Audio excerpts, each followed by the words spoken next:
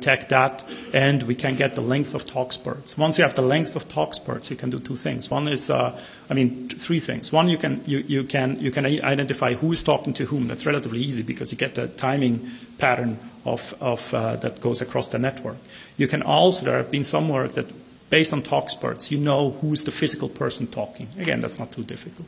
Some work that we just started doing is how much information can we get in addition to that? Can we decrypt what actually was said just by getting the timing, the length of the talk spurts? In this particular case here, we have 3 words. I can't remember. We were playing with the children rhyme. Betty bought some butter, something, and so there we have bought some better, or something. And so these are histograms of actual voice links on the signal.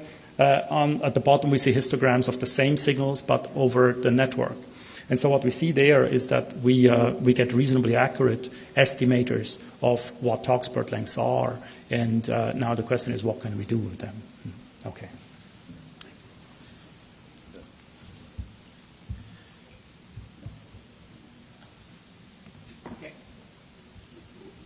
Can we get the microphones here on? Can we get the cable mics on?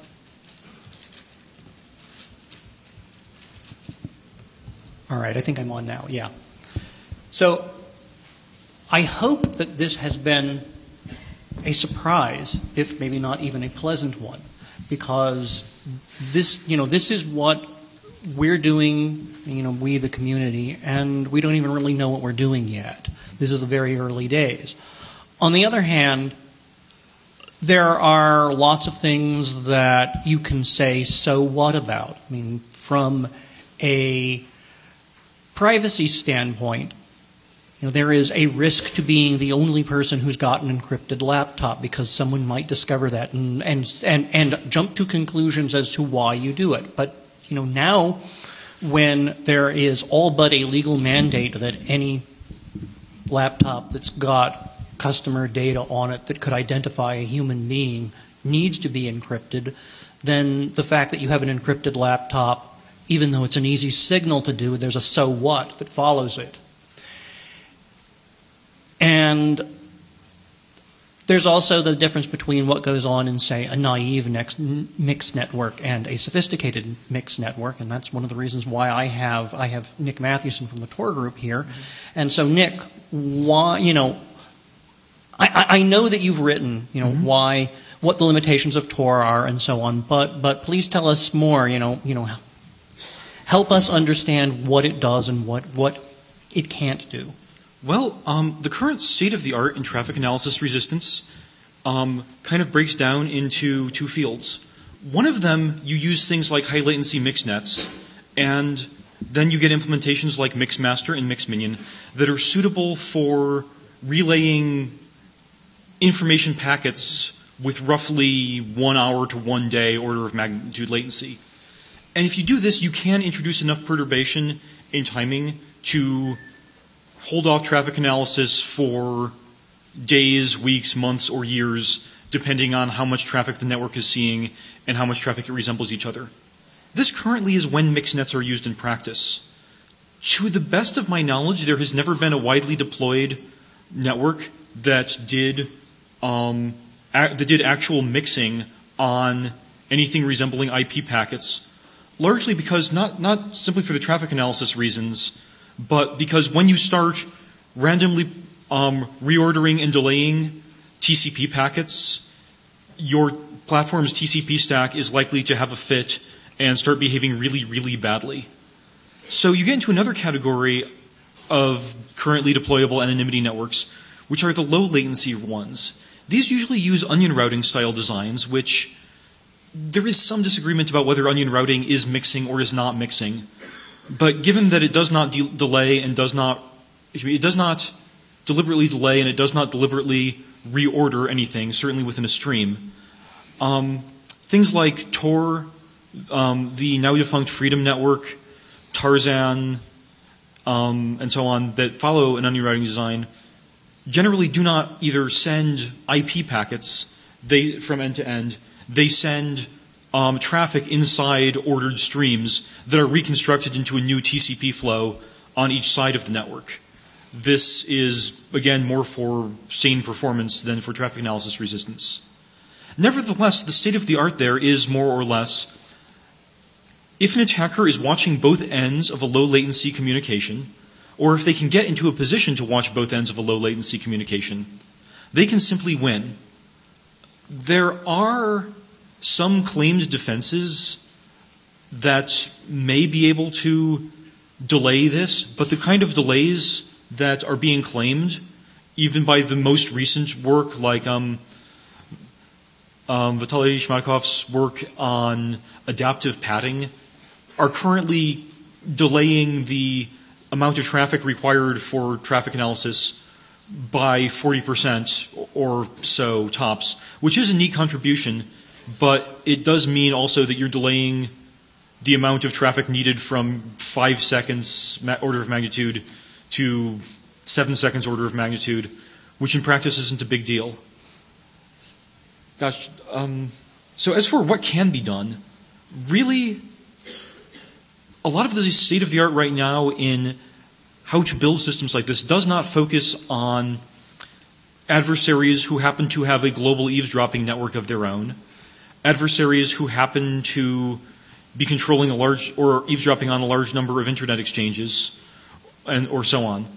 Instead, we are largely focusing on relatively local, non-roving, limited resource adversaries, not because we don't think that stronger ones don't exist, but because there's no way currently to resist stronger ones doing traffic analysis attacks. There's no way to claim you can do that honestly at this point. And I'm not terribly hopeful that anyone's going to find one in the next 10 years. And regarding what he just said about internet exchanges, one of the other things that has been interesting and useful as far as traffic analysis, a lot of the large ISPs keep private whom they peer with, like where they meet up with other ISPs to exchange their internet data. And it's perfectly possible to reconstruct both the private and public peering sessions of who peers with whom and even get an idea of what the bandwidth of those links are through traffic analysis. And I know that this was often done when people were trying to negotiate peering arrangements between ISPs. There are route servers that sit at many, many different points over the internet, and by looking at those, you can look at the BGP route feeds of where you get from where. And so when you look at each individual route, you'll see a path of which autonomous systems it's passed through in order to get to that particular route server. So by basically matrixing all the data from these many different route servers, you can see, oh, okay, it came to this point through these other endpoints. They must have a peering link there. That's not public, so they're clearly giving preferred status to this other ISP. All right, when I go to negotiate with their peering, I'm going to say, hey, you're hooking up with Sprint. Why aren't you hooking up with us? And this gives a tactical advantage to you to know what they're doing, even though they have all these NDAs surrounding it. It's still extractable data. I'll also add in with you here that like all security things, there's the huge question of, so what's your threat model? And I know a lot of people, for example, who want to use a network like Tor because they will say, you know, I want to be able to check my web mail from some location, and I want to use it as a form of a VPN, which it still works as. Or I don't necessarily want my provider, Google, Yahoo, whomever, to know where I'm traveling to, because if they know that I'm coming and reading my webmail from this, then they know that I am in a hotel in Las Vegas. It works for that too, because they are in a situation where they're only looking at one end of things. They are not the attacker that we're talking about who can look at the entire network. Attackers who can only look at a part of the network, well, they can do traffic analysis over the piece that they can see, but if that's not a whole lot, if it's only the last hop, then there's not a lot that they can really do. Anybody here want to make a comment before I ask for things from the audience? Because I think it's about time for that. Well, one thing I actually wanted to bring up that was sort of occurred to me during a conversation, actually sort of reoccurred to me because it's come up a lot with Kevin Bankston the other night. So I don't know how up everyone is on U.S. wiretap law, but it's only a wiretap if they're looking at the content of your communications. If they can, without nearly so much evidence needing to be shown, look at routing information, even at the packet level, And so long as they're not actually looking at something that can't be construed as routing information, then that is far simpler for law enforcement types to get a hold of. This means that, any attack that deduces content from routing information basically circumvents wiretap law as it exists in the U.S. today. No, that's a great point, because yes, I mean, in the U.S. there are different statuses of what we would colloquially think of as a wiretap. I mean, there's a full wiretap where somebody's actually listening to things, and then there's what's called a pen register, which in the old days of telephones was merely what numbers that you were calling. And again, think about what can happen by counting packets, and if you know what number was dialed, the time that it was done, and the duration of the call, you can start constructing all sorts of very interesting things. And from a legal standpoint, there's sort of a two-edged sword here, which is that can you, because you're only looking at routing information on a lower level of surveillance, get more information, or does that mean that the lower level of surveillance is actually something that requires a higher level of permission? And that doesn't even cover cases where the data is voluntarily disclosed. I mean, one of the things that I saw recently, the phone records for the DC Madam were published. And before people started digging in and looking up who had what phone number at what time, a lot of the people I know covering the DC political beat were just doing traffic analysis on the released databases and saying, okay, so who called this number 57 times? Who did she call? And I was initially feeling very sorry for this woman's hairdresser and manicurist and pizza delivery person, because they're going to show up as fairly frequent callers in this kind of analysis, and they may be tracked down by interested parties attempting to find out who was using her services. But then that's also part of the so what part of the traffic analysis. I mean, if you know that a person of interest has been calling one number a whole lot, do you know that is a colleague or is it the hairdresser? You have to then do certain levels of analysis, and actually, the high frequency ones are probably going to be just as meaningless as the low frequency ones. It's going to be the middle things where the real information is. Now, are there any questions out there? Yes. Forgive my ignorance, but who are these people who actually have access to both ends of the communication? The question was, who is it who has access to both ends of the communication? It is alleged that various governments have access to various parts of some network. I mean, we hypothesize a whole lot about what the U.S. government can do. We know a lot about what the Chinese do. We know what other people do.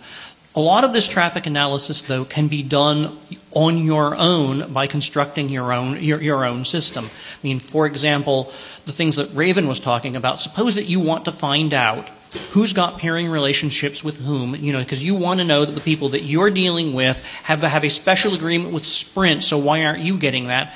You can just start pinging things.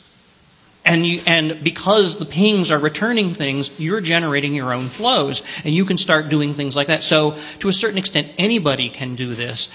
And when you think about advanced things where, suppose that you find one node in a bot network, and you know that this bot network has somewhere between, say, 500 and 100,000 nodes.